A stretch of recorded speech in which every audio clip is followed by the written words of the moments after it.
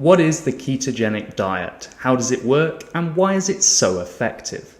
In this video, I'll be answering these questions and covering all the basics. So if you've heard about keto before, but don't yet know enough to consider trying it, you'll be much better informed to make decisions. Who knows, by next week, you could already be on a 100% ketogenic diet and well on your way to sustainable weight loss. See what you think.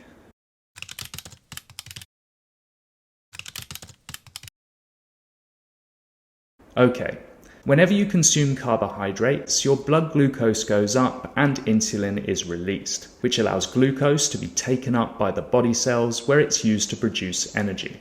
So if you've just eaten carbs, you're burning glucose. But cells have a limited capacity, so there's plenty of overflow, which is first converted into another molecule called glycogen and stored in the muscle and liver cells. However, our capacity to hold glycogen is also limited to somewhere around 500 to 600 grams, which means any further excess calories will be turned into fat and stored. Now, when insulin is present, not only are you storing fat, but you're also unable to metabolize fat, which is what you're trying to achieve if weight loss is your goal. So getting insulin levels down is crucial to weight loss and the central principle of the ketogenic diet. So, the keto diet is centered around deriving most of your calories from fats, a moderate amount from protein, and very little from carbohydrates. Since fat has almost no effect on insulin, the diet, if correctly followed, keeps blood glucose and insulin levels low so that you can seamlessly transition between burning the calories from your food to burning body fat.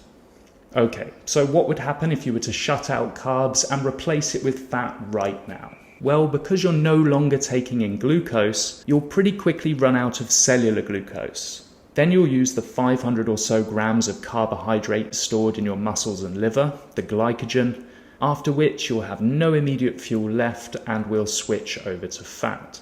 Now, this whole process can take anywhere from 8 to 12 hours, which incidentally is why intermittent fasting protocols start at 14-10 or 16-8 and not 12-12. Anyway, once we get past these 12 hours and all the glucose has gone, the body is forced to use its stored fat for fuel by converting it into ketones in the liver. Now we're fat burning. Now, ketones are an extremely efficient and stable fuel source. This means that when you're in a state of ketosis, that is, you haven't consumed glucose for 12 hours and you're producing ketones from fat, you simply don't get the energy slumps and mental fogginess that come with carbohydrate-induced fluctuations in blood sugar. You know the big slump after a heavy meal? Ketogenic foods really don't have that effect.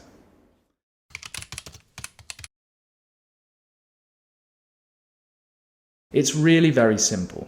On a ketogenic diet, your blood sugars are stable and ketones are being produced. So energy levels are stable, which means you feel good on it, which may sound overly simplistic, but it's a really big factor when it comes to long-term adherence. Now, having a stable energy supply also reduces hunger, whether you've recently eaten or not. And research shows that lowering insulin levels also causes ghrelin levels to go down. Ghrelin being the hormone that makes us feel hungry. This means that people on a ketogenic diet don't feel the need to eat as often and find it easy to combine the diet with intermittent fasting.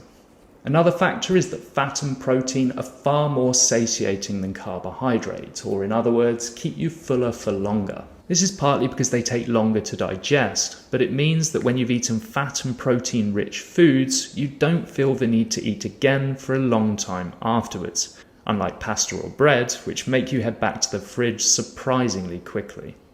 All in all, the ketogenic diet is both effective and sustainable because it helps you to eat less, burn more fat, and feel better, less hungry, and more energetic while doing it. Give it a try. Allow a few weeks for your body to adapt, and then make the judgment for yourself. So to summarize, the keto diet is one that promotes the production and use of ketones for energy. Around 70% of calories should be obtained from fat, 25% from protein, and 5% or less from carbs. The diet allows insulin levels to remain low, so fat burning can continue whether you eat or not. A constant supply of ketones means you feel good, less hungry, and don't need to eat as often or as much, which makes it very easy to establish the calorie deficit you need in order to lose weight. So if you follow me this far, the next logical questions would be, is it healthy? Because consuming so much fat is likely to be a concern for many people, and how to do it. So if you want to find out more, I'll put links to these videos down below.